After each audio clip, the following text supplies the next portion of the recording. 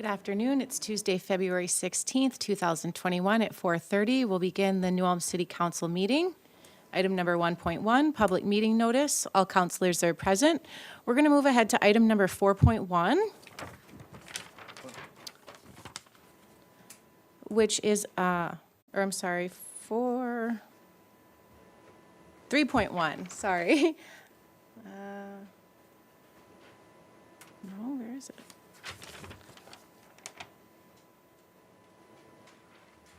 One moment, please. Just the building? No, to the Should be number 2 of the consent. 4.14, sorry, I had 4.1, it's 4.14. There's a lot of fours today. Changes to a city attorney contract.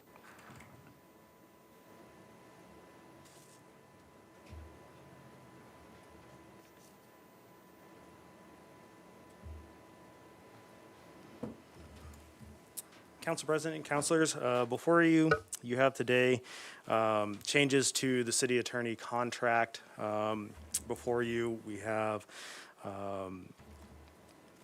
talked about this in a work study session, and so I'll break down what the new contract would mean as far as increase to the city. So the retainer fee would jump from $65,373.56 to $70,000 annually.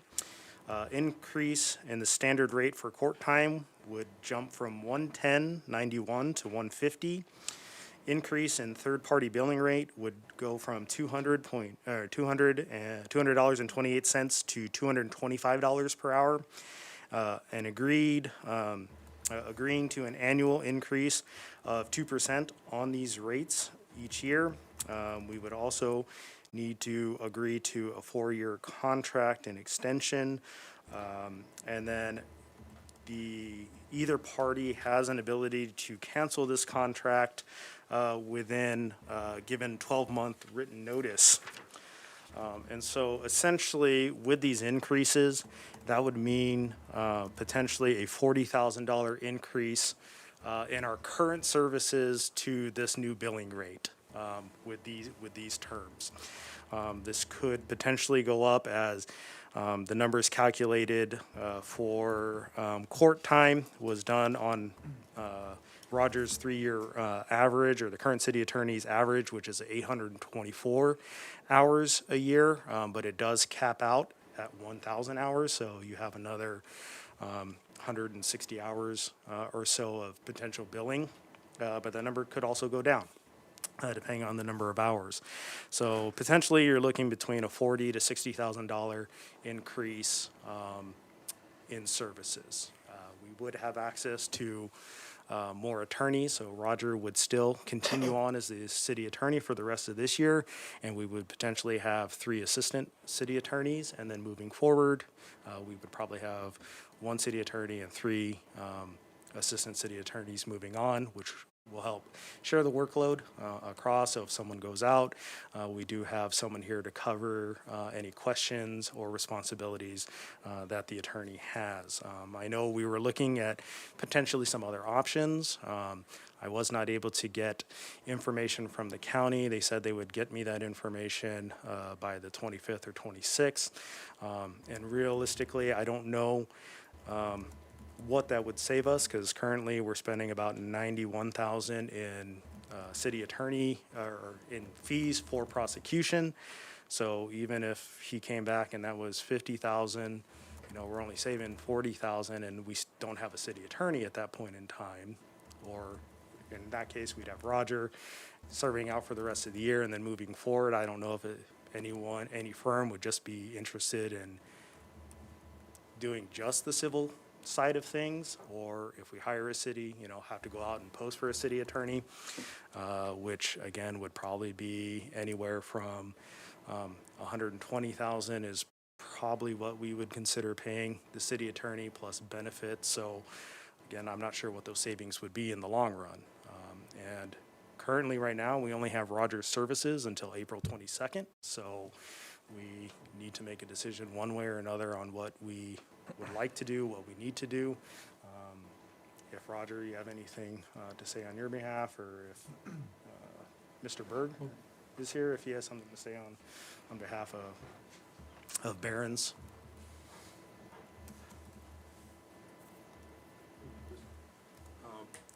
Roger Hippert, City Attorney. I think we did go through the reasons behind this at the work session, and just for this record, my previous partner left the office fairly abruptly on January 4th of this year, and so everything that's involved with the city services are on my back right now. And it's just something I cannot continue to do by myself. We used to have 4 people doing it. I've spoken with the Blathen Barron's office here in New Ulm. We would have an agreement where I would be working with them.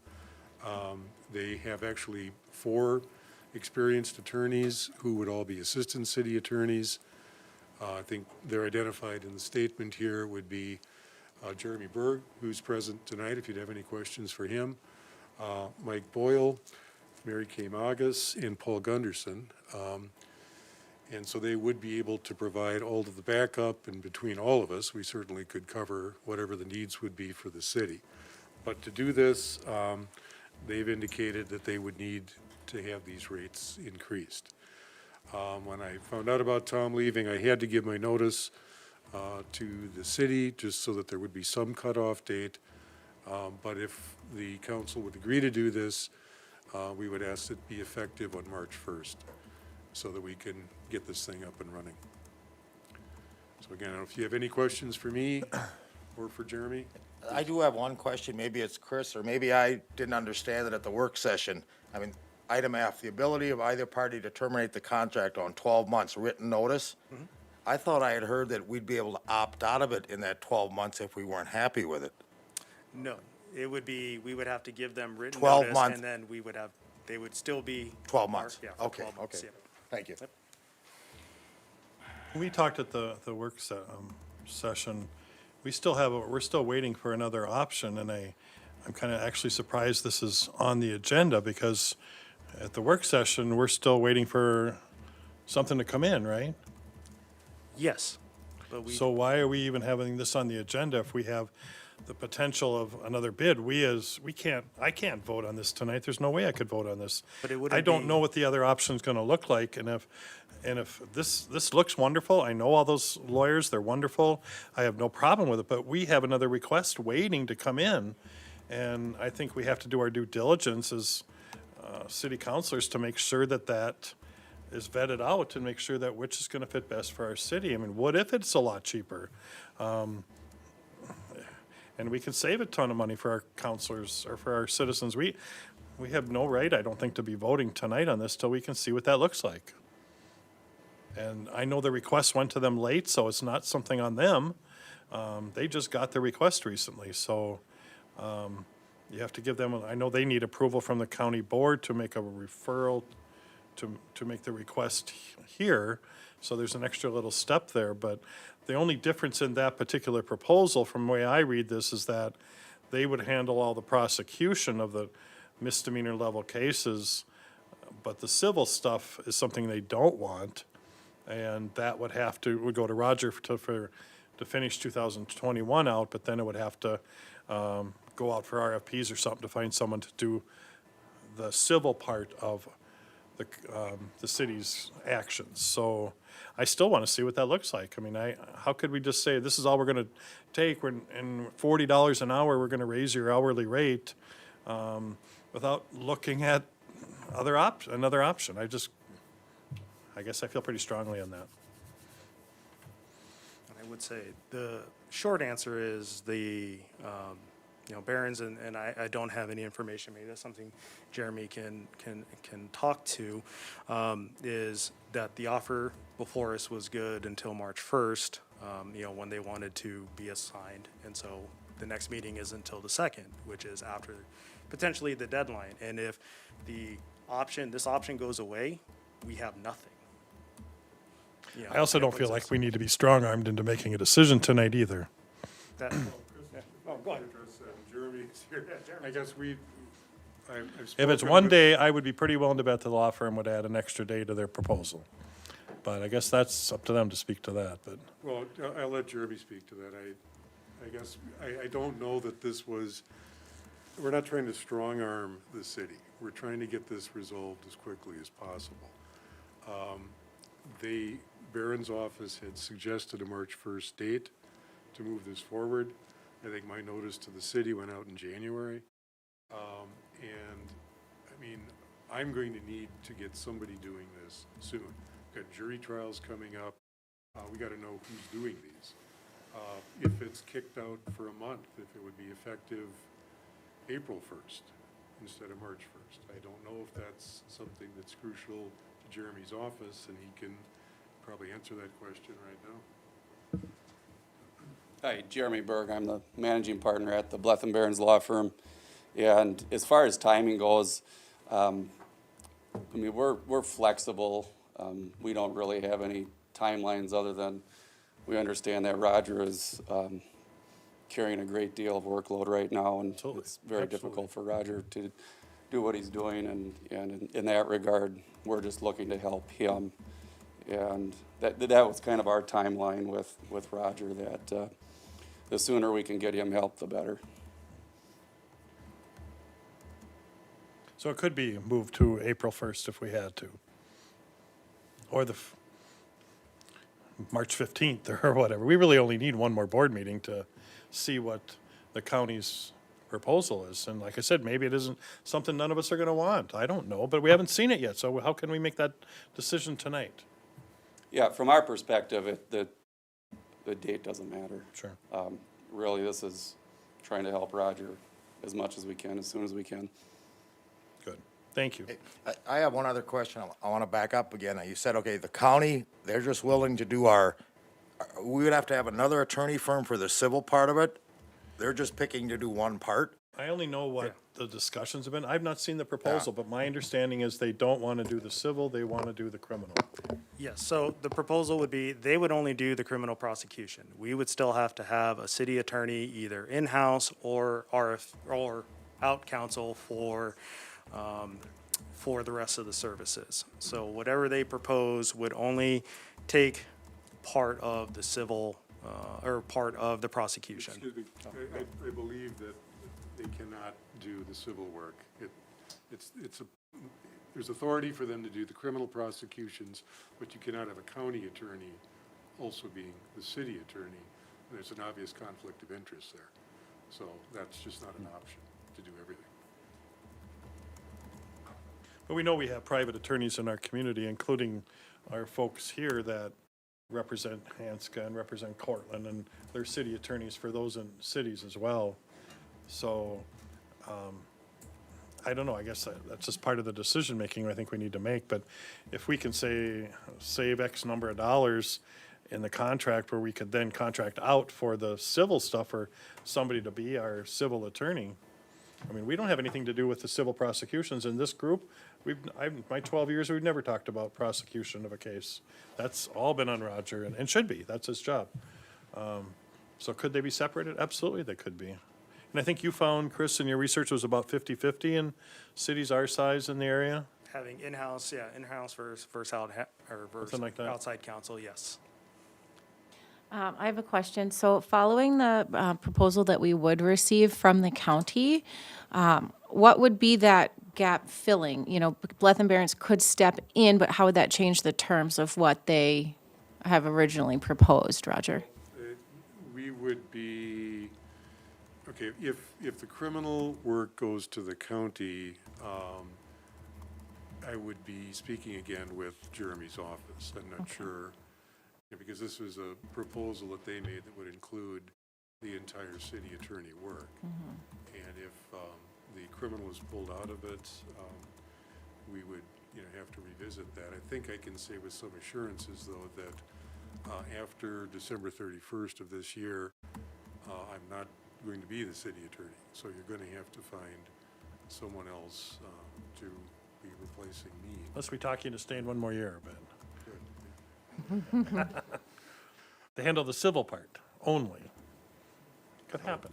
Anyway, that's, like I said, that's, So- it's council's decision. So having the county work would have us somewhat go back to the drawing board to revisit something that's going to complete all of the needs that we have. Well, one way or another, I've indicated that I would be taking, if you wanted me to, I would be taking care of the civil requirements through the end of the year. Okay. What you do with the criminal, that's, I mean, we've got a proposal here that would take care of everything. If it would go to the county, then I said that might mean something for me, but, you know, that's the council's decision on what you want to do with this. I guess my thoughts are, you know, about 5, 6 years ago, we put our RFP out, and we didn't get anybody that wanted it. And we've got a firm that's willing to take everything on. If we try to split it up with the county and going with Barron's, Bethel, you know, the county still has to approve it as commissioners, and in our work session, you know, it was stated that they're gonna probably have to hire another attorney plus another assistant attorney, you know, on that aspects to cover it, and we have a proposal in front of us, you know, it's fair.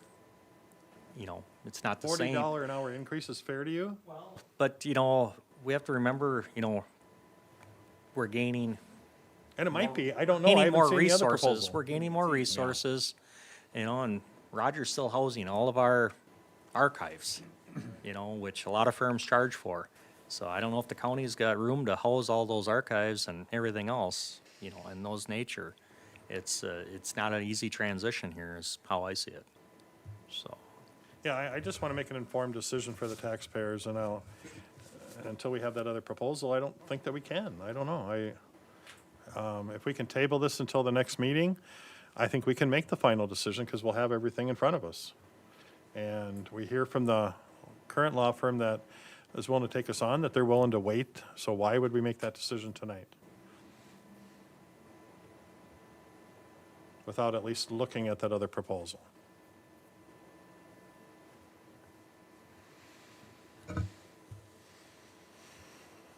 Okay. Do I vote to have this tabled? I would offer a motion to table this to the next council meeting, if that's okay with both the law firm and Roger. And we'll make the decision at that meeting. It's your prerogative. Well, you're not saying you're not willing to honor the agreement, so, and I appreciate that, because I do think we need to be good folks for our taxpayers and make sure we're making the right decision, and maybe we definitely are, but I guess I wanna look. So I'll offer a motion to table this until the next council meeting for a final resolution. I'll second that. We have a motion and a second. Any more discussion? All in favor, say aye. Aye. Aye. Opposed? Motion carries. Thank you. Item number 2, consent agenda. Councilors, what are your wishes? I'll offer a motion to approve those. Second. Motion and a second. Any more discussion? All in favor, say aye. Aye. Opposed? Motion carries. Item number 3.1, options for 307 North Minnesota Street.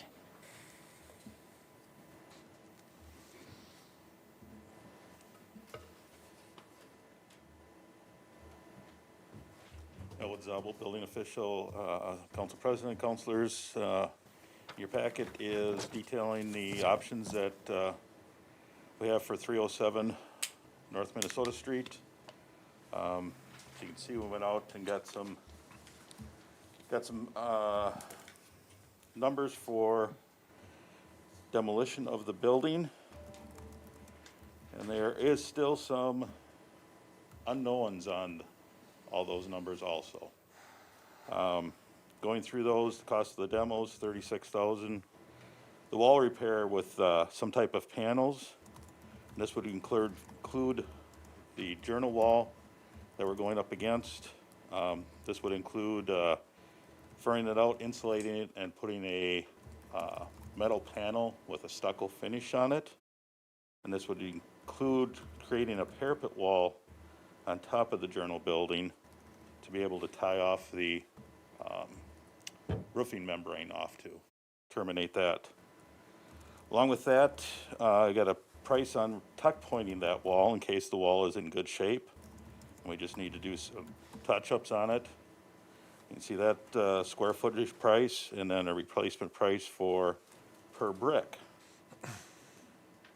But going along with that, we get into that wall and it needs to be tuck pointed and it's in bad shape. We'd still probably have to be putting that panel up across there to finish that off. Some of the hard numbers, the inspections and abatement hazards, redoing the roof, separating the roof membrane and tying that back in, an engineering cost, capping off the utilities. The demo cost, that 140, that's taking the high end, that's including the demo, the wall panels, and the tuck pointing of 18.7, and all the other costs listed there. Comes up with that number. And that's if everything goes good, tearing that building down and nothing happens to the journal wall. Or we get into it and that journal wall's in more disrepair than we think. In doing some more investigation in there, the county has the 307 building as being built in 41 and the journal building in 24. Looking back, we've got pictures from 1909 that both buildings are there at that time. And going back to the Sanborn maps, the building at 307 was there in 1884.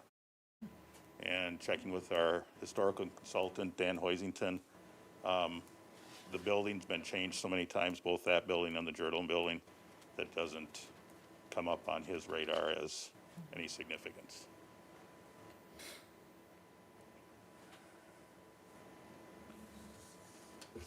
So that's where we're at.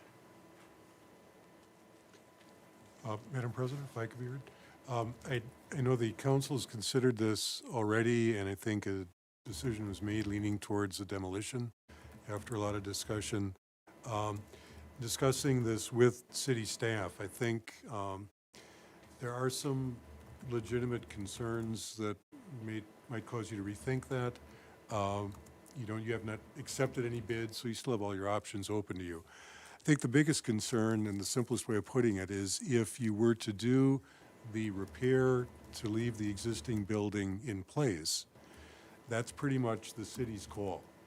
Between our staff, our engineer, consultants, we would decide when it's safe, and we would know when the end of that is. If the building comes down, now we're dealing with the third-party property owner, the owner of the journal building. It's not just our decision. If they think that we have caused damage to their building or exposed their building in a way that's detrimental, now we're dealing with them. So, the costs are yet to be determined just because a lot of this is an unknown. But that's, in my mind, as the city attorney, that's a significant factor. It's one thing for us to be in charge. It's another thing when we bring another property owner into it and face that potential exposure, which who knows what could be there for that. So Roger, you asked it to come back in front of us because of the extended new I think, costs. I think that the decision you had made was to demolish it. Yep. I think that was the vote. And you were going to get some costs on that. Obviously, you'd want to take a look at what it would be, and Elwood has prepared something more definitive on that. But there haven't been any contracts awarded. Nothing has actually been bid or let. So again, you've got all your options available. It's just, again, there may be reasons to rethink this, but if you want to proceed with the demolition, that's the route I'm sure that the staff will go. But just be aware that it could make it more complicated depending upon what they find when that building comes down. Roger, could you touch base a little bit? If we're investing $108,000 approximately to repair that building, now we have a vested interest in that building. So then are we having to insure that building as a city, being we've got monies invested? We would have an insurable interest in it, because basically what we would be doing is assessing those costs on the property and expecting to get paid. And I know that the owner has been trying to sell it. At some point, presumably it would be sold, would be added into the taxes, and that's the method for the city to get reimbursed for what we'd be spending. And if there is damage to it, like a fire or tornado or something like that, I suppose we would be at risk if we could not get it insured. We have to talk to our agent, Tom Firth, and see if there's some kind of coverage that would be in place on that. I have a question. I have the estimated demo work cost at around 140,000 and the repairs around 108,000. Now, it sounds like there's going to be a lot more variables if we go with the demo work where it could become more expensive and a little bit more of a liability. If we look at repairing the wall, obviously I know that 108 is just kind of an estimate, but do you really see that going up or down in one direction or another significantly based on the information you know right now? It possibly could go down. I mean, it's, until we start getting into it, either both demo or repair, until we know what we're getting into, it's really gonna be a crapshoot. It could be that we go back 25, 30 feet off the front of the building. That's where it's falling apart. At that point, the rest of the wall turns to structural stability, that we could stop there, so it could go down. But same with the demo work. I think on the low end, it's $80,000 or $90,000 if everything would go right, and we have to tuck point it a little bit here and there. You know, the 108 was a not to exceed number. That gets us torn back all the way to that side entrance, or where the CMU blocks start back there. And that's the full height of the wall, and it gets us a sheetrocked inside. It gets us a framed wall, insulated, stucco on the outside, sheetrock on the inside, ready to be finished. So there'd be some trim work and that kind of stuff that needed to be taken care of, but it would be a weather-tight wall. Has your recommendation changed since you found out all this info? Your guys' call. We keep Trying. Elwood, is the building occupiable now, or is the pipes frozen up with the cold weather? Has the utilities been all shut off? They've been shut off. They were capped off properly, so, you Well, know, they were shut off, whether he winterized them or not, I don't know. The last time we were in there, the water was still, water, wasn't ice. But it hasn't been occupied since last February. so there's that risk that we put good money into a building and we fix a wall, he still tries to sell it, and it still needs substantial repairs of unknown that could have Well, been that's, frozen. when that wall comes down, that's gonna be, the majority of the water pipe and everything is in that wall. No, but if someone's gonna buy it, rent it out, you know, for Right. residents upstairs and the lower level, it's still gonna need work. It's gonna need some work, yeah. Madam President, in my mind, at the last meeting when we decided what to do, I was in support either way. We've got to move forward. But looking at these demo costs versus repair of the wall, I mean, in my mind, okay, the top $108,000, you still have a marketable building. We demo that, nobody is going to go in downtown New Ulm and pay $140,000 for a parking lot. I mean, the better of the two to me is option 9. Recouping some of the cost. I mean, that's, like I said, I'll go along with either one. We need to do something, but I'm still on that number 9. I was the one consenting vote that voted no against the tear down last time because of the fact that there's too many variables. There's still too much risk with the journal building, in my opinion, that I thought, yeah, that it's an actual tangible product that we would have in the end that could possibly be sold and costs could be recouped. So that was where my concern laid at the time, and it is very evident now that it's not only higher, but could be higher yet, so. And I was. Another no vote with you. Oh. Roger, would we have the repair value of this building? Was it worth more than the building? And if so, would we just take ownership of the building? No? No, Talk about that a little bit. yeah, the process, I mean, right now, I don't believe the building has been forfeited for non-payment of taxes. At some point, that could happen, but as long as the current owner has the title to the property, it's his to sell. And it's, if we do the work, the assessment's gonna be on there, his buyer is gonna be aware of that, and then presumably, that's gonna get factored into whatever they would be paying for it.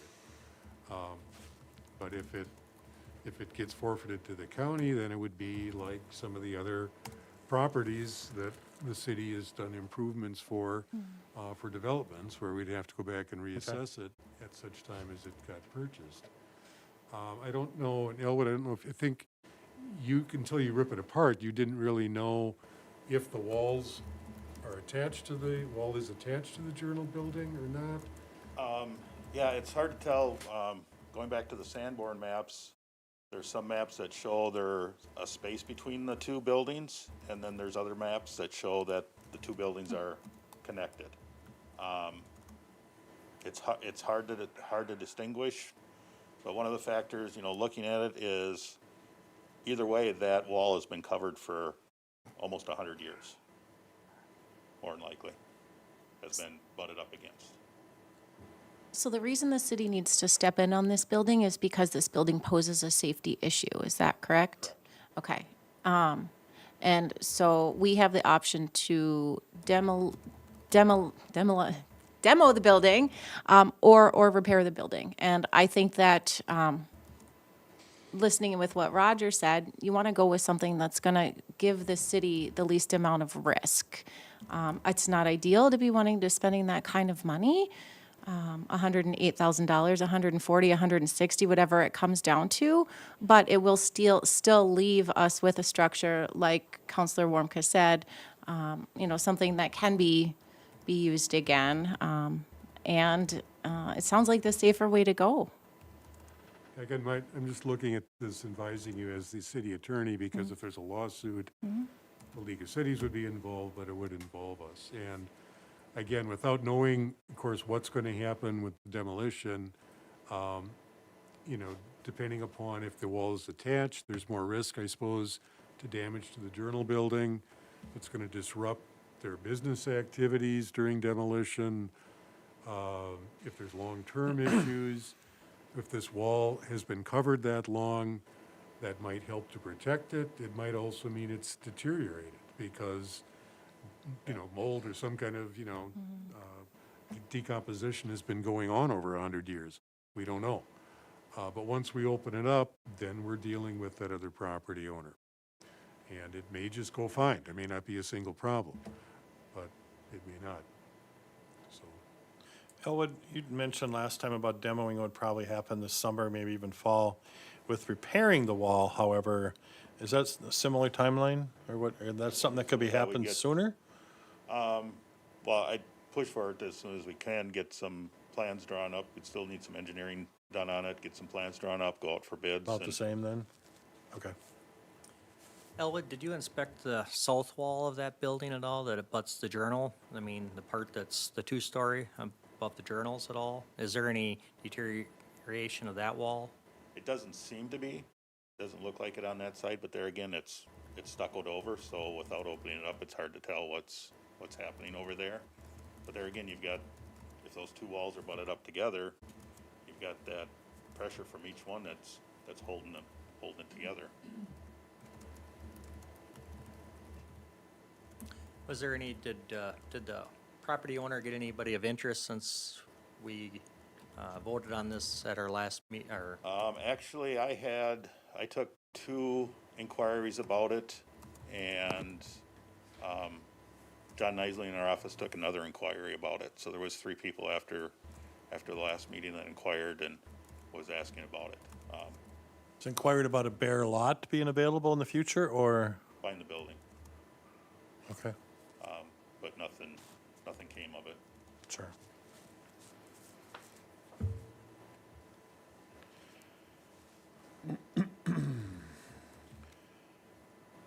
Well, like I said, it was a 3-2 vote last time. And we were all I think on the fence on that decision last time. I'm gonna go ahead and put a motion out and see what happens to reverse our previous decision and direct staff to, repair the building wall as best they can. I'll second that. We have a motion and a second. Any more discussion? Just keep us advised on how this moves along. Director Jorgensen, please call the roll. Counselor Mack, No. Counselor Schultz, Yes. Counselor Christian, Yes. Counselor Warmka, Yes. Counselor Bedker. Yes, motion carries. Item number 3.2, engineering services for anchor designs for potential downtown poles.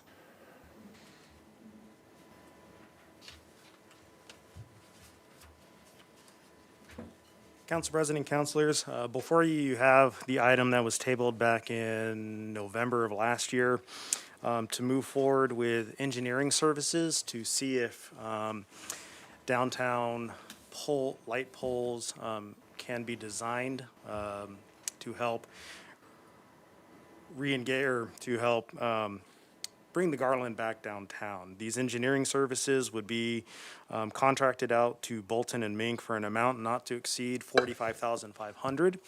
What this study would do would help determine the cost of the poles. The engineer estimate is between $350,000 and $500,000 for the poles. What this would do is they'd be able to design the anchor points, give those to the pole manufacturer to get an actual cost on what it would be to put all the poles downtown. It would also determine whether or not certain intersections can have poles, where they would be located, and so forth. The Garland Committee did vote unanimously to move forward with the study to see what that is, because one way or another, they need to know, if it's feasible to do the poles, what that cost would be. As part of the packet, you did receive a letter from the Garland Committee asking you to move forward with the poles and continue the Garland transitions or tradition. So I know there's a couple members here from the committee. If you have any questions about moving forward with the engineering services, be happy to answer them.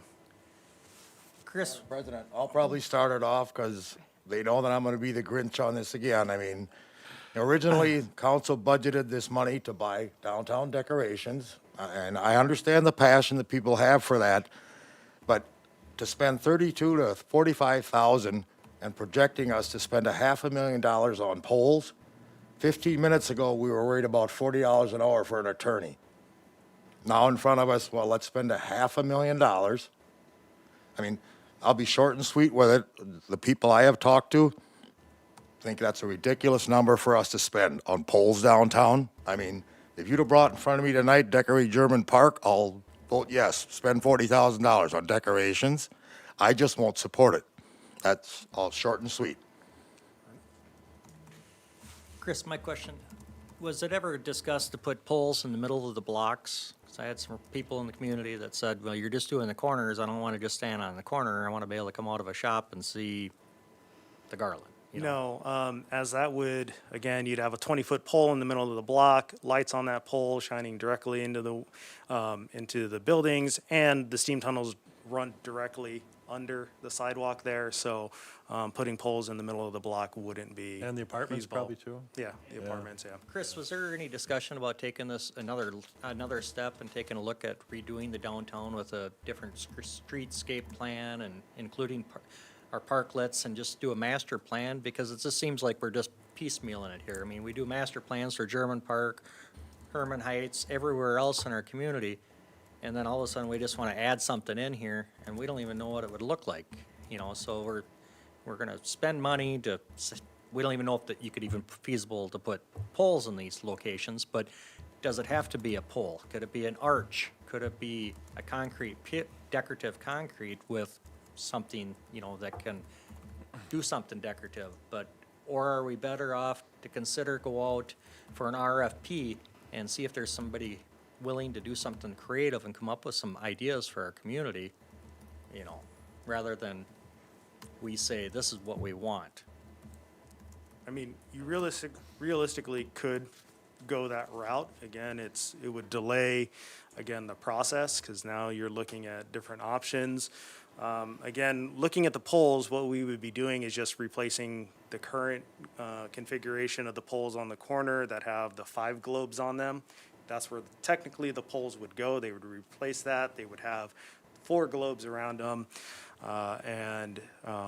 you'd be able to string the garland across. Now, again, looking at archways and things like that, again, if you're trying to look at stringing the garland across the numbered streets, which we are looking at doing, having the poles on the corner, you may not be able to do an arch that high because you do have to have semis be able to go under there.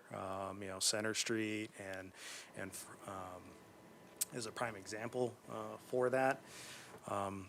So again, I mean, there's other options we can look at, but as far as removing light poles and putting cement fixtures, again, you're looking at something that potentially is going to cost the same amount regardless, because you're building a structure on the side of, on the sidewalk. So the poles doing the poles currently just replaces a pole that we already have and is something that is easily, something a little more tangible to do in a shorter amount of time to get the garland back where it was, or back downtown.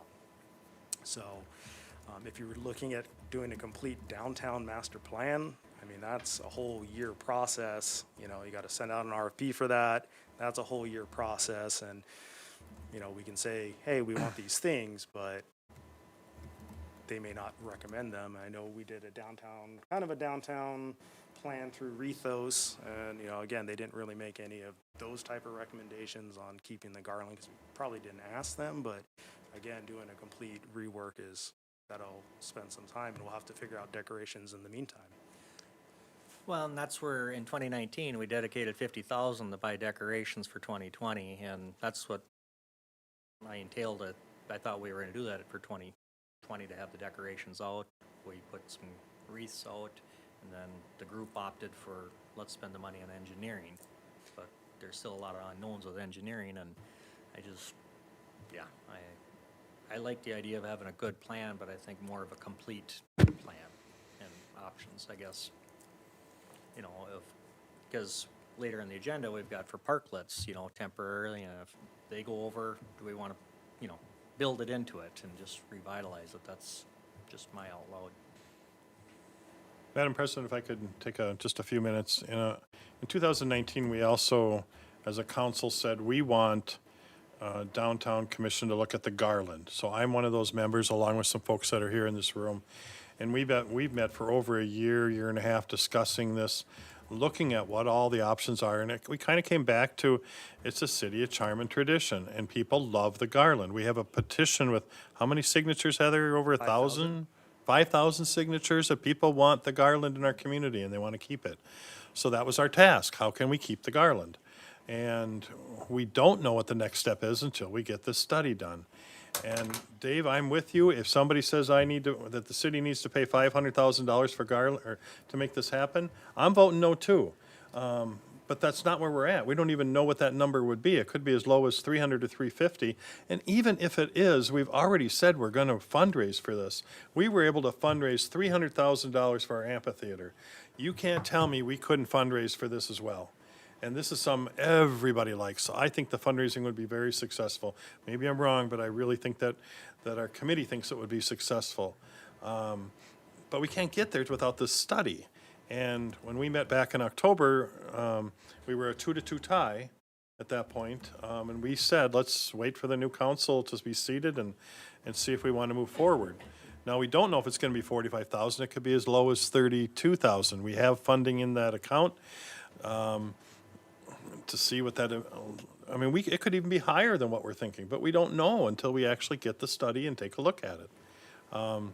I propose that we move forward. We're not proposing to spend $500,000. We're not proposing anything beyond the study at this point.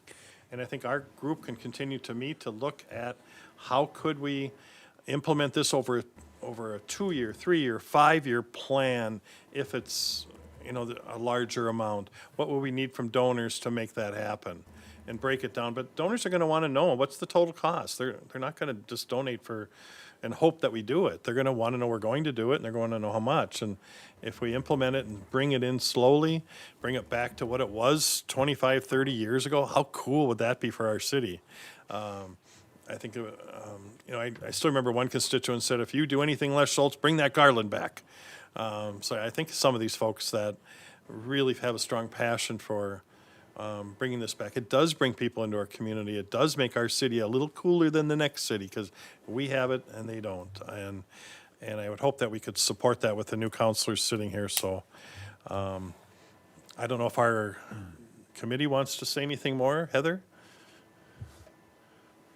But before that, I just have a quick question, and this may have been discussed in October, November when this was last discussed, but funding for this study, is that coming from what has already been allocated for the decorations themselves, or is this on top of? That's the recommendation for today. Okay, Now, we don't have gotcha. to do that. We can say, take it out of the general fund. We can order. But there is money allocated for Christmas There is money there, decorations yes. already that we would It's not have exactly for that essentially have purpose. less then. Okay, gotcha. Yeah, this would be a carryover, so they were allocated 50,000 for decorations last year, so we would Okay. be carrying over this amount to cover the study.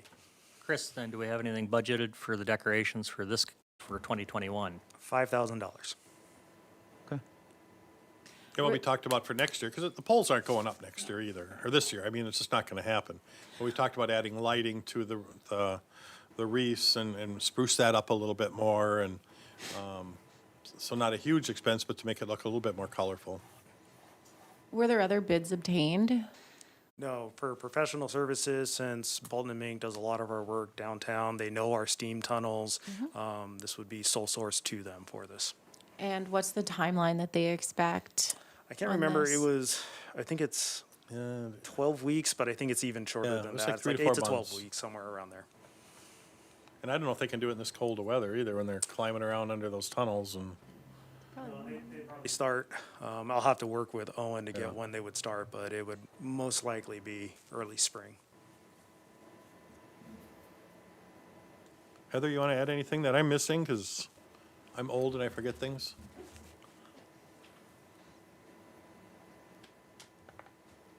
Heather Hammer, I'm on the Garland Committee. And, it's like, if you were gonna build a house, you're probably gonna do a site study. What are you building on? A bog, good firm ground, cement, rock, etc. So no matter what we do, and we have talked about a master plan, how could we incorporate this in other ways? I don't think the committee is against that.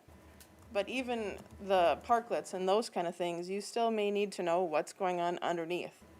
And you just don't know that. And speaking to Councilor Christian's constituents, are those the people that are the future of New Ulm, that are running the businesses and moving this town forward? I hope they are. But as one of those people, this is a yes. This is an easy yes. It sets us apart. It brings in money. It keeps our businesses going. It supports our restaurants, our gas stations.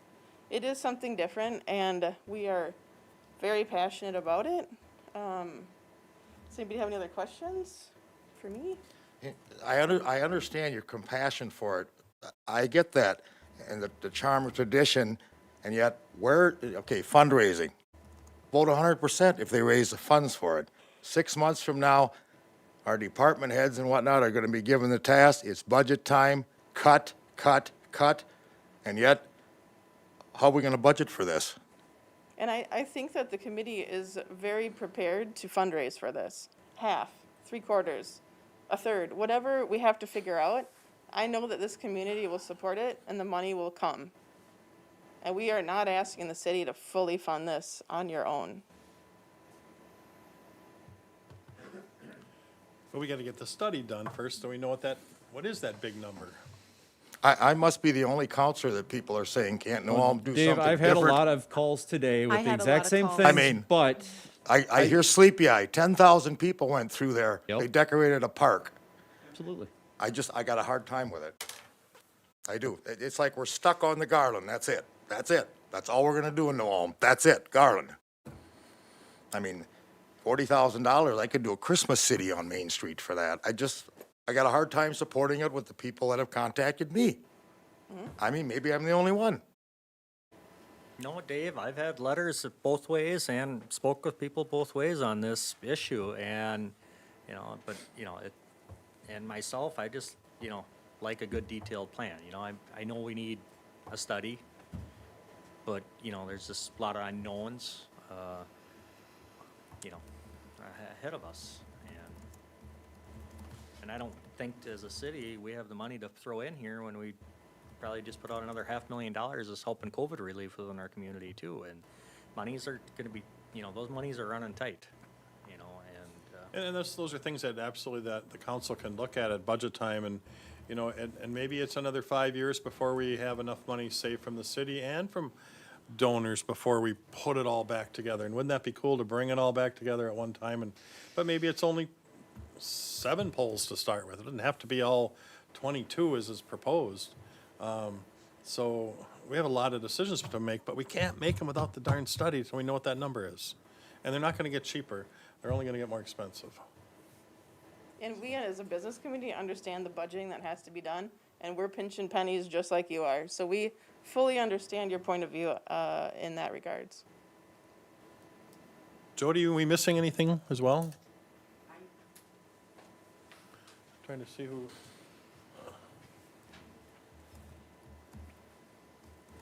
Jody Marty Shellsbury. I have not been active on the committee.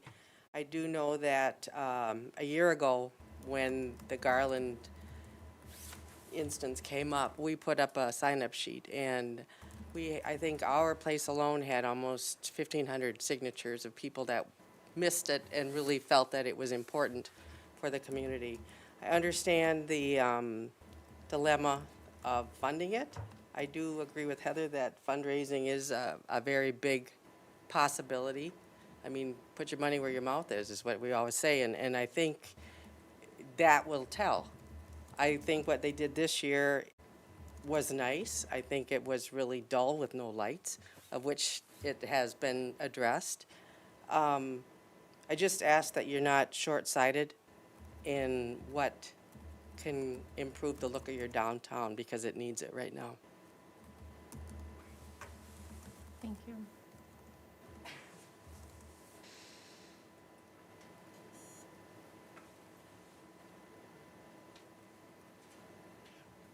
So with that, I'm going to go ahead and offer a motion to authorize the city manager to execute an agreement with Bolton and Mink for engineering services regarding anchor design for new poles in the downtown area in the amount not to exceed $45,500, and authorize the use of the holiday decoration funds for this purpose. I'll second that. We have a motion and a second. Any more discussion? I will say that I've taken a bunch of phone calls and received emails this week on both sides, but primarily in opposition to spending the money. And this, what also needs to be considered are that these are taxpayers and people that we represent as well, and their passions, exist as well. I will vote, I'm planning to go ahead with this study because I do think that it's important to get that information, but want to be clear in saying that it's not going to mean any promises on anything, and that I think that we could really work on continuing to explore other options and maybe visiting other communities and seeing some of the things just based on the feedback that I've received on both sides. It still is a very hot issue, and I couldn't be more thankful that this got tabled until I came in. So, but I just wanted to make a couple of notes on that for the record, and that. Charlie, for that? Yes, thank you, Charlie. And that, that because it was a unanimous decision by the Garland Committee on this was how they wanted to use the funds, I take that into consideration as well, because those are the people that came together to make these decisions.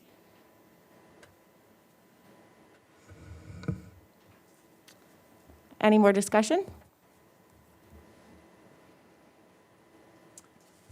Dr. Jorgensen, please call the roll.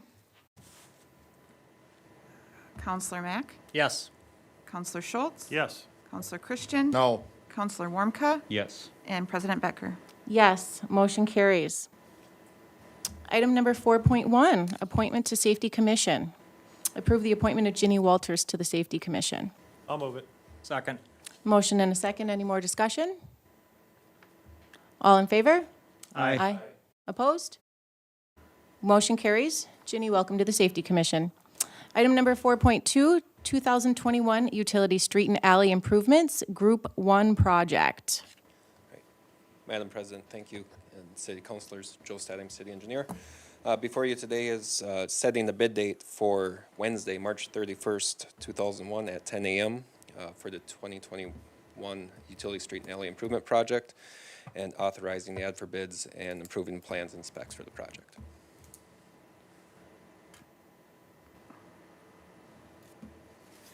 Being we've had the meeting, and I don't have any questions, I'll offer the resolution, waive the reading, approving plans and specifications, ordering advertisement for bids, said bid opening date, and authorize staff to receive and open bids for the 2021 Utility Street Alley Improvements Group 1 project, 10 a.m. Wednesday, March 31st, 2021, in the City Hall Council Chambers. Second. Motion and a second. Any more discussion? Director Jorgensen, please call the roll. Counselor Mack? Yes. Counselor Schultz? Yes. Counselor Christian? Yes. Counselor Warmka? Yes. President Becker? Yes, motion carries. Item number 4.3, vehicle noise law enforcement sign installation. Thank you, Madam President, City Councilors. Staff has received numerous complaints lately about especially jake braking from semi-truck traffic coming into town, particularly on Highway 1415 on the new interchange coming into town on 7th North. I believe the police department, the police chief has received similar complaints as well. So after discussion with MnDOT on these items, MnDOT would install vehicle noise limit enforcement signs, provided that the city adopts a resolution stating that they will enforce the state statutes as noted in the action form. So those are state statutes, sections 169.69 and 169.693. It has to do with muffler and vehicle noise limits. City would be responsible for the sign installation cost. MnDOT has proposed 3 signs, but we would be credited for 1 sign that was taken down that was non-conforming because we didn't have a formal resolution for that sign with MnDOT. So if the council elects to move forward with this project, MnDOT would take care of the installation come spring, and the 3 on the 3 state highway entrances. So that's Highway 1415, Highway 14 on the west city limits, and 15 and 68 on the south end of town. Madam President, just a comment to make. I had actually received a few phone calls of what Mr. Stana was talking about, and then contacted the city engineer, and he explained it all to me, and that we actually had credit on one that we had to take down, which he did mention. So, I mean, I'd like to see them go back in, because not only myself, but the city engineer, the police chief, have received complaints about it. Understand where those quiet neighborhoods are when you're coming in, trucks coming in hot with jake brakes on. I can completely understand what their complaints would be in those neighborhoods, so. And especially with some of the businesses on 7th North in particular. Yep. Absolutely. I received calls also, especially with the further development there along Highway 14. It's getting worse, And So, Not that these signs will necessarily resolve the issue, but it Right. does, but it does give the Control. police department the Yep. authority to enforce it then. very good. I'll make a motion to offer the resolution and waive the reading to enforce Minnesota statute section 169.69 and 169.693 with the local law enforcement and the state highway entrances at Highway 1415, Highway 14, Highway 1568 to the city of New Ulm. Authorize the city to enter into agreement with the Minnesota Department of Transportation for the installation and enforcement signage on the state highway entrances to the city of New Ulm, and authorize the city engineer to complete the signage application. Second. Motion and a second. Any more discussion? I'll try to make the resolution a little longer. Yeah, more words. Director Jorgensen, please call the roll. Counselor Mack? yes. Counselor Schultz? Yes. Counselor Christian? Yes. Counselor Warmka? Yes. President Becker? Yes, motion carries. Thank you. Item number 4.4, 2020 year-end transfers and encumbrances. Counselors, this is an annual request that we make generally a couple months after the year has ended, and we know what most of the expenses from the previous year have rolled through and been paid. So now we know what's left in the last budget and what things haven't been received. So these requests are based on what was in the budget, things that were supposed to be purchased and we either didn't receive or we weren't able to get to that project in time. And then it also includes the information regarding what was spent out of some of those reserved funds, especially the 290, the capital fund. And it explains or asks for the final resolution on the transfers that were budgeted within those 290 funds to help fund those future expenses. I don't know if you have any questions about any of the specific expenses that were requested as a rollover.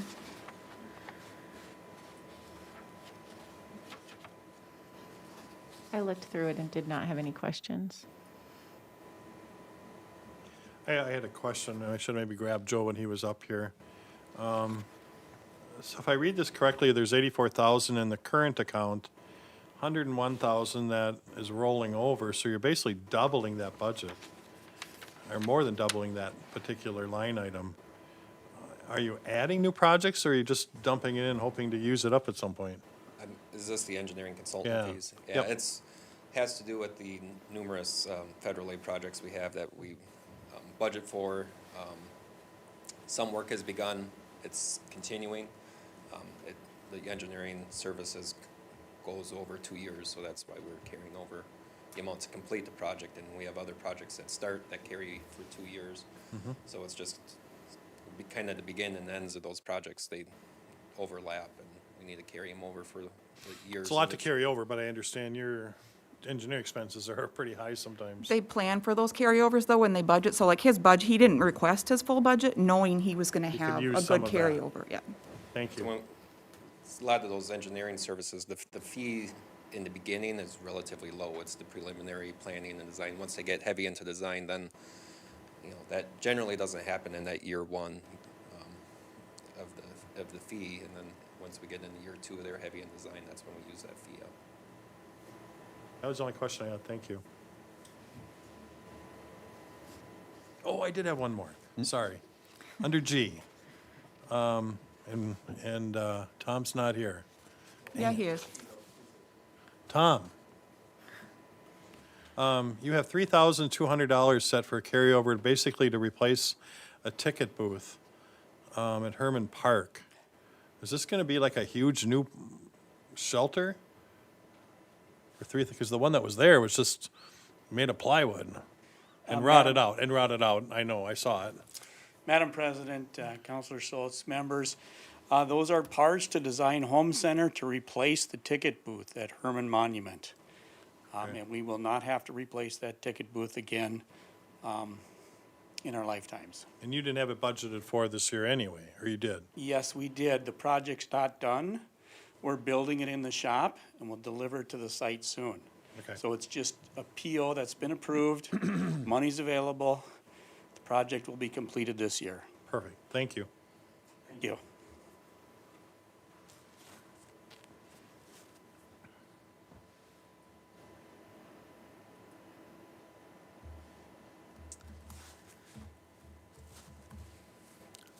I'm going to try and take a try at this and offer the resolution, waive the reading, approving the recommendation of the 2020 year-end transfers and encumbrances. Second.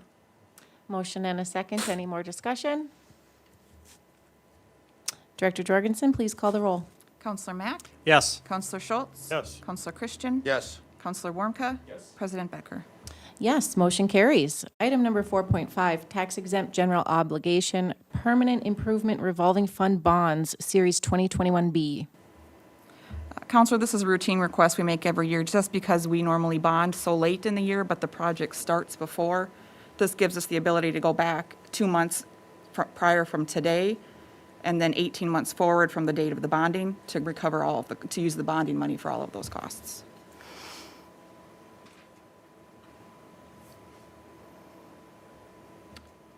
I'll offer the resolution, waive the reading to declare the official intent of the city of New Ulm to reimburse utility, street, alley, and other capital expenditures. The proceeds of the tax exempt general obligation, permanent improvement, revolving fund bonds, say that 10 times fast, Series 2021B. Second. Motion and a second. Any more discussion? Director Jorgensen, please call the roll. Counselor Mack? Yes. Counselor Schultz? Yes. Counselor Christian? Yes. Counselor Warmka? Yes. President Becker? Yes, motion carries. Item number 4.6, consent to refund bonds for Oak Hills Living Center. Counselors, this was received from the third party who has these bonds. This is just conduit debt on our books. It's not anything that we are responsible for. And it just looks like they're trying to refinance and maybe add a little bit for an additional project at that site. But they are required to get this resolution because we are listed on that debt. Then I'll make a motion to offer the resolution and waive the reading, consenting to Oak Hills Living Center refunding bonds and borrowing funds for a roof replacement project. Second. Motion and a second. Any more discussion? Director Jorgensen, please call the roll. Counselor Mack? Yes. Counselor Schultz? Yes. Counselor Christian? Yes. Counselor Warmka? Yes. President Becker? Yes, motion carries. Item number 4.7, first consideration of ordinance number 21-41. Council President, councilors, before you have the first consideration of amending section 3.28 of the city code, which is in reference to the Energy Awareness Commission. The Energy Awareness Commission regularly has a hard time meeting because they can't reach a quorum because it is a 9-member commission. The utility director would like that to go down to 5 members, and it was passed unanimously at the January 26th Public Utility Commission meeting.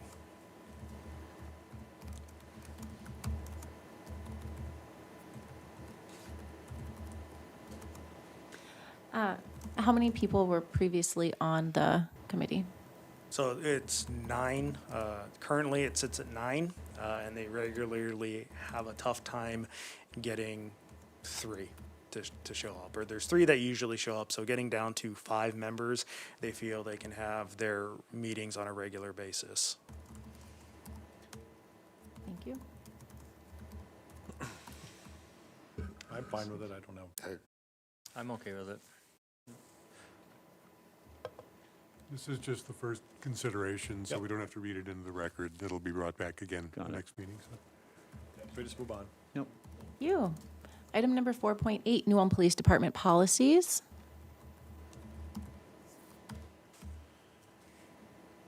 I'll offer a motion to approve the updated New Ulm Police Department policies, framework, and guidance for the New Ulm Police Department response calls and general personal conduct. And even though Chief Barker was ready to speak, I'll second that motion. Well, we know we're going to be getting I these know. for the next 6 months, Absolutely. right? Yep. So Yep. unless, I thought I'd get a second and see if anybody's got discussion on it. Second. Motion and a second. Any more discussion? Keep up the good work, David. Keep them coming. Are there any highlights or anything that you wanted to just touch on real briefly? Madam President, members of the council, this is going to be, I don't have any special highlights regarding these. It's the same format as what I had last time when I presented regarding the other 8 policies. And this is going to be a continual, I'm going to be at several meetings because we have several policies that we're going to be asking for approval. But it's going to be that same format. We, the city, our leadership team meets, we thoroughly review everything, we forward it to the city attorney's office, and then when we receive the policies back, we submit them to the council for formal approval. Thank you. Thank you. We have a motion and a second. Any more discussion? Director Jorgensen, please call the roll. Or is this would be a It's vote? just a motion. Okay, yep. All in favor? Aye. Aye. Opposed? Motion carries. Item number 4.9, assignment of New Ulm Steel Junior Hockey Team lease. Madam President, thank you very much, councilors. This is simply a recommendation for lease transfer from the present owner to the future owner of the New Ulm Steel Junior Hockey Team. The information is in the packet. If you have any questions, I'll try to answer those. I've reviewed it with the city attorney, and we understand a few basic details that will need to take place in writing and consummation to make this happen. The new owner is not planning to make any changes in operations or location of the team or the franchise. She will also be purchasing the Tier 2 NAHL team of the present owner, that's in Chippewa Falls. So there'll be the two teams as a package. So I recommend you authorize this to move forward. And I was in attendance, Madam President, I was in attendance at the Park and Rec meeting. They unanimously recommended to send it to us pending city attorney's review and whatnot, which has been taken care of, so I'll motion to approve. Second. Motion and a second. Any more discussion? All in favor? Aye. Opposed? Motion carries. Thank you. Thank you. Item 4.10, Parklet Pilot Program and Application. Council President, councilors, before you have the revised Parklet application and policy and procedures. This has come out of the Downtown Action Team to potentially do parklets downtown. Again, this will be a pilot program. We can do away with the program if we feel it wasn't successful or wasn't utilized, or we can make tweaks to it moving forward. But essentially, this would take up to 2 parking spots in the downtown area. To create a parklet, they would have to do a right-of-way permit. There is a $50 fee for the first year. If they continue to do it, it would be a $25 fee each subsequent year. Applications would have to be to us by March 15th. We will probably extend that this year as we're getting a little bit later start to give people time to put in applications. There cannot exceed 3 parklets per block, so that would be both sides of the streets, because that would be a total of 6 parking spaces that are being taken away from the downtown area, so we don't want the whole downtown being covered in parklets. They do have to get a petition signed by 60% of the property owners and or businesses in the area to allow the parklets to go in a block, so that way there's consensus that these parklets can go down there. The petition form is part of that. They would have to have liability insurance up to $1 million. And they would have to be taken down either the first major snowfall or in November, whichever comes first. Madam President, I'm on that Downtown Action Team. I believe we did have a work session on it, didn't we? Right, and I mean, we were all in favor of it, trying something downtown. And just a general note I didn't see on here, I mean, granted, it's in the city right away. It is open to, okay, it is all of public, even though it goes in front of My business. my your business or one of them. It's open to the public. You can't reserve it or whatnot. It's open to the public. I hope it works, bringing people downtown. Yeah, I think this is a positive thing for downtown. I mean, any new updated changes we can do, I think it's absolutely accepted. I would agree because, you know, we all seen how successful the ice cream shop was this past summer, and the downtown was full of a lot of people and they needed more seating, so. I just have one question, Chris. I could have asked you this earlier. I'm sorry.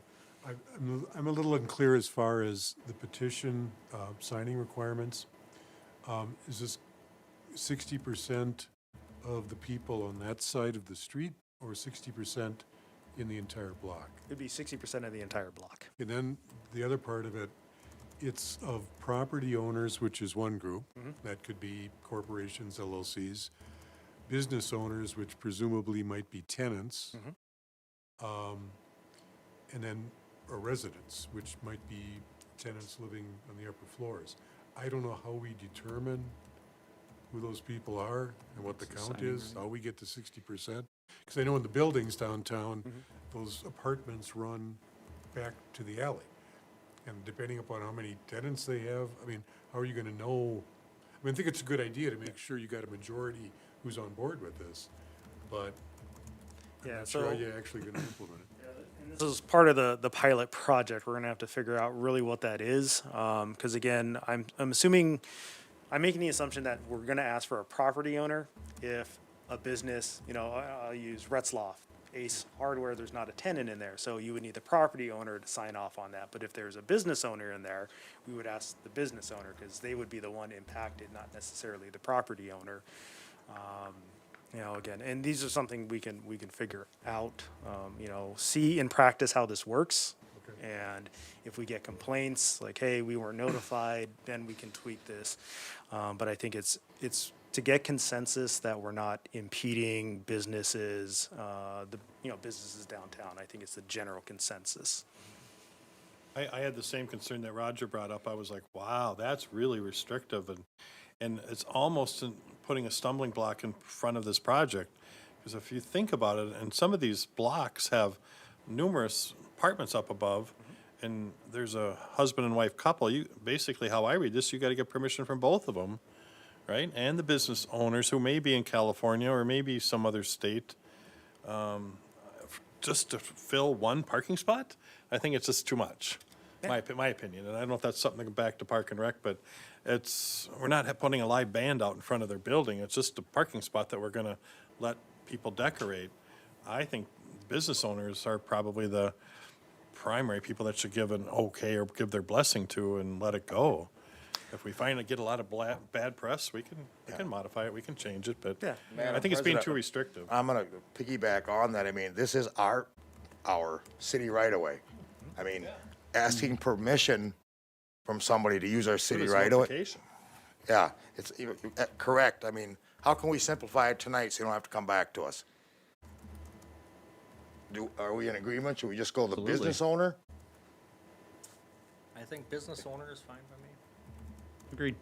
I would say as a pilot program, yeah, I mean, the businesses are the ones that you really need to get the buy-in from. Most of the residents can't park on that street Exactly, yeah. typically. So Dealing it with really wouldn't impact them from a parking perspective or to put a challenge in front of them that doesn't, yeah. And Perhaps it'd be sufficient if you would just say the occupant, because unfortunately there are a few vacant buildings. And so there wouldn't be businesses there, but the property owner might want to have a say in this. I mean, I guess it looks like what the intent is to give the input to the businesses or the property owners if they feel they really need that spot. And they don't, is that the point of doing this? That they would have some kind of veto power if enough businesses said, no, we don't want that spot to go? Otherwise, I'm not even sure why they're having a say in this. Right, I agree with you. I'm gonna piggyback on what Roger just said, because he made a valid point, if you have some empty buildings, but if we go to the business owners and they get the majority and they say, I wanna do this, but say you have the building owner, he's got somebody that needs to do some substantial renovation to a building, now we might have to worry about moving a parklet or something, if one's parked in front of his or her building. Just, we do have a fair amount of empty buildings. So, I mean, I think we may have to include the property owner. At least give them a heads up that they have an option to speak. Well, it would be an occupant. I think Occupant legally, was the name, if it's vacant, the occupant is the owner. Yeah. If he's got a tenant, then the occupant is the tenant. So there would just be one or the other to contact, if that would.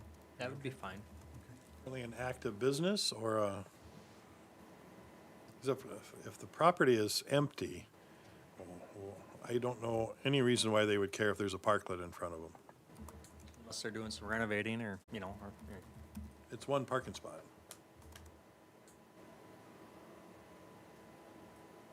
Yeah, my goal is just, let's get it simple tonight. Don't bring it back to me. Yeah. What do we want to do? Keep it simple.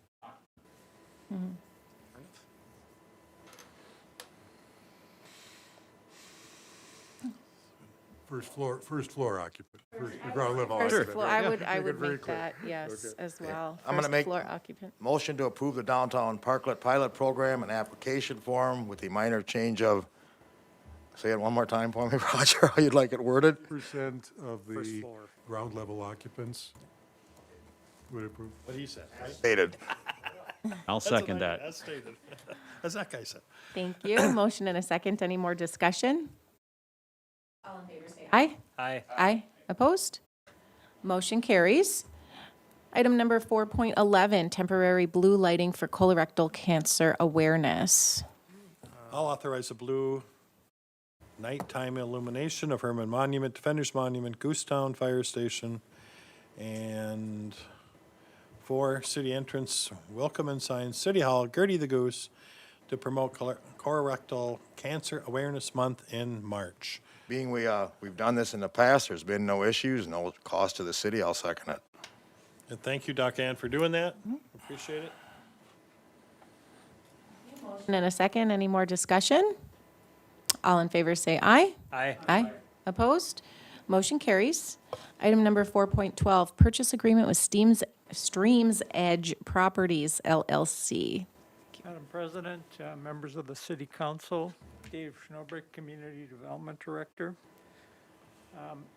The street address of this property is 2215 Jacob Street. It is located north of Walmart and west of Jacobs Street. The city purchased approximately 44 acres of property for an industrial park in December 2017 at a cost of $33,000 per acre. Stream Edge Properties LLC is a holding company for property and land purchases made by Dayton Freight Lines Incorporated. And Dayton is a private LTL trucking company. LTL stands for less than truckload. That primarily services the Midwest part of the country. The parcel that we're talking about is 6.85 acres. The purchase price would be $164,057, which is $23,950 per acre. The property was recently platted as Airport Industrial Park 3rd Edition. And one of the reasons we platted the property was to facilitate this possible sale. The purchase agreement allows the buyer 120 days to complete due diligence activities. In the agenda packet, there is a aerial photo showing the location of the property, as well as a copy of the purchase agreement. And I would note that the purchase agreement has been reviewed by the city attorney.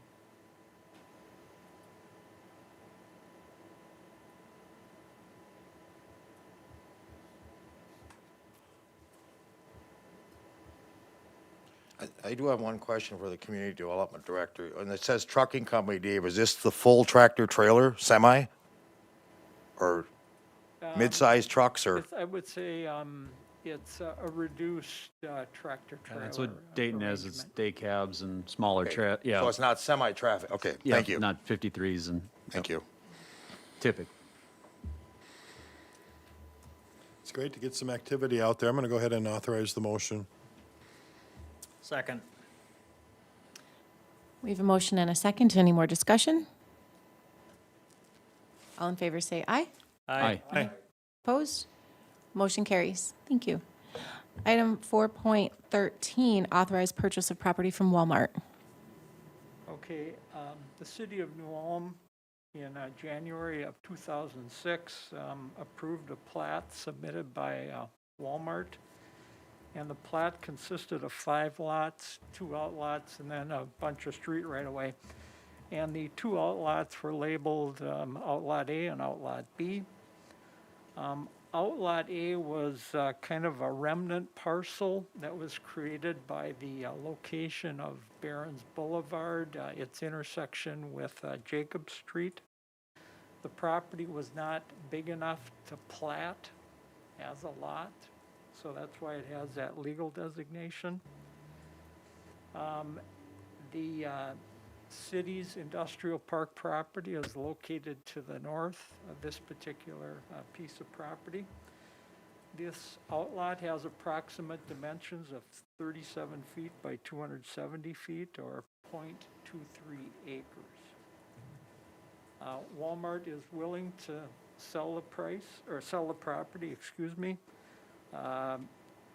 The purchase of this property by the city would give us direct frontage then on Barron's Boulevard. That would improve traffic circulation potentially within the adjacent lot, as well as providing another location for utilities to be extended to the property. If purchased, I expect the majority of the property would end up as setback area or possibly as a parking lot area. Because of its proximity to the street, it just is not suitable for building purposes. The cost to acquire the property would be $15,000. There would be a brokerage fee of $1,500, and then the city would be responsible for closing costs. Those requirements are from Walmart. That's how they sell property. You know, staff has identified reasons to proceed with the acquisition. You know, it establishes one property owner for this corner lot, and it avoids having this remnant parcel sitting there. And if the city's property develops at some point in time in the future, rather than having two property owners, we just have one. It gives us frontage on two city streets, which is advantageous, increases the size of the adjoining parcel of property. And I think it increases the value of the city's property. I would note that, and I included in the report, that Walmart does have a standard list of use restrictions. And they also have another list of noxious use restrictions. The standard use restrictions are for 50 years, and the noxious use restrictions are for 100 years. I have reviewed this matter with the city attorney, and so we are aware of, you know, what conditions are in play for this purchase. If the council approves this, the next step is we would submit what's called a letter of intent to Walmart. They have a real estate committee that considers our request. And then apparently there is a second real estate committee that would consider the request before we would know exactly where we're at with regards to this purchase. Madam President, I've been working with Dave and the representative or the broker on this, and he's correct. Right now, this is a letter of intent that would be authorized. If Walmart wants to go ahead with it, then there would be a purchase agreement that would detail the exact terms, closing date, confirm the price, any of these restrictions. And I think Dave and John Nisley are carefully looking at this along with me to make sure, right now these restrictions only apply to this little strip. Does not apply to the balance of the land that the city owns. We want to make sure that we have as many options available for future purchasers and developers. So we would have that in mind, and if the terms are too onerous, either we would come back and report that to you, let you take another look at it, or probably just say, that's not a good deal for the city, and we couldn't recommend going ahead with it. Dave, do we have other parcels like this within our community? Do we have a little strip for like utilities and things of that nature? Then do we have to maintain this, Des Moines and the snow? No, this is under Walmart's ownership, so they have the responsibility to No, but once we buy it. Once we buy, yes, we would have that responsibility. In all likelihood, what we'll do, at least in the short term, is we farm the property on the other side of this, so we would just extend the farmed area to include this property. I do have a question. The other areas that the city owns up there, have we owned those prior to Walmart coming in? No, it was after. After yeah. Walmart came in. So I'm just, Walmart purchased the property in 2006. okay. We purchased our property, I think it was, 2017. Okay, because I'm just looking at all these restrictions that they would have for different types of businesses that couldn't be located on that particular parcel, but I would assume that this agreement also applies to the land that we have, or no? No, No. Our That's the understanding that thing it we- don't, Right, that's the thing we want to watch out for. Right, yeah. To make sure that that's not going to limit, because right now we can do whatever, the city allows being done on our land. And just to acquire this little strip, we don't want to sacrifice that. yeah, the letter of intent is pretty clear that this only applies to the property, and the property is defined as this .23 acres. Okay. So we are protected, like if we wanted to sell that to a business owner that wants to do a business like this. Well, the thing that we would have to be cognizant of is, depending upon how they wanted to use it and what the use was and their design plan, if they were buying this strip plus the land next to it to put something on, if this restriction prevented them, they couldn't put their building in this area if it was restricted or prohibited. Okay. So but there is a 30-foot setback, so we're really talking about 7 feet because it's Right. only 37 feet wide. Okay. So we're hoping something could accommodate that. The alternative is, I think anyone who would want to build there, if Walmart continues to own this, well, then they're dealing with Walmart. And that could shoot down those plans.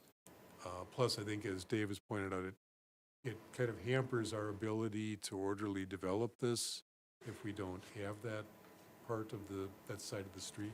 So, Okay. That makes sense.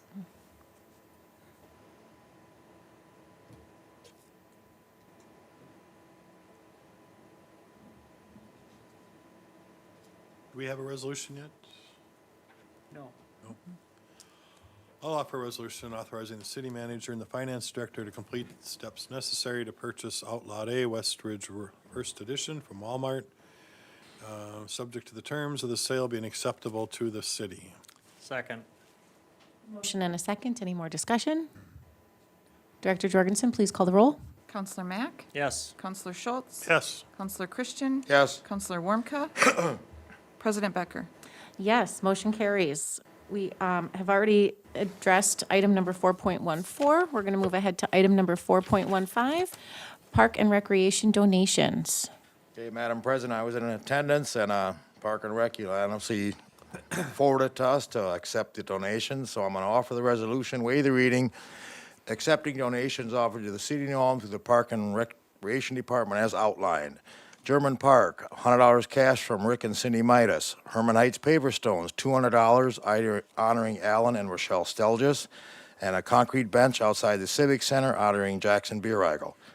Total is $300 cash and the one bench. I'll second. Thank you. Motion and a second. Any more discussion? All in favor, say aye. Aye. Aye. Oh, wait, nope. Resolution, yep. Director Jorgensen, please call the roll. Counselor Mack? Yes. Counselor Schultz? Yes. Counselor Christian? Yes. Counselor Warmka? Yes. President Becker? Yes, motion carries. Item number 4.16, librarian donation memorials.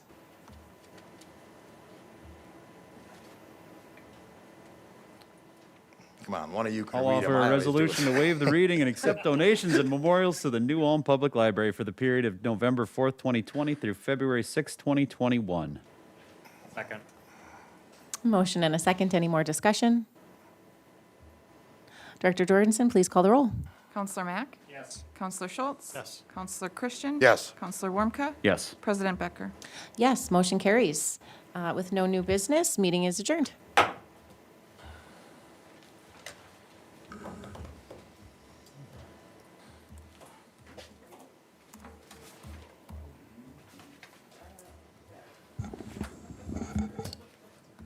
been longer. I think we got a fairly quick work session. It will be. I think so.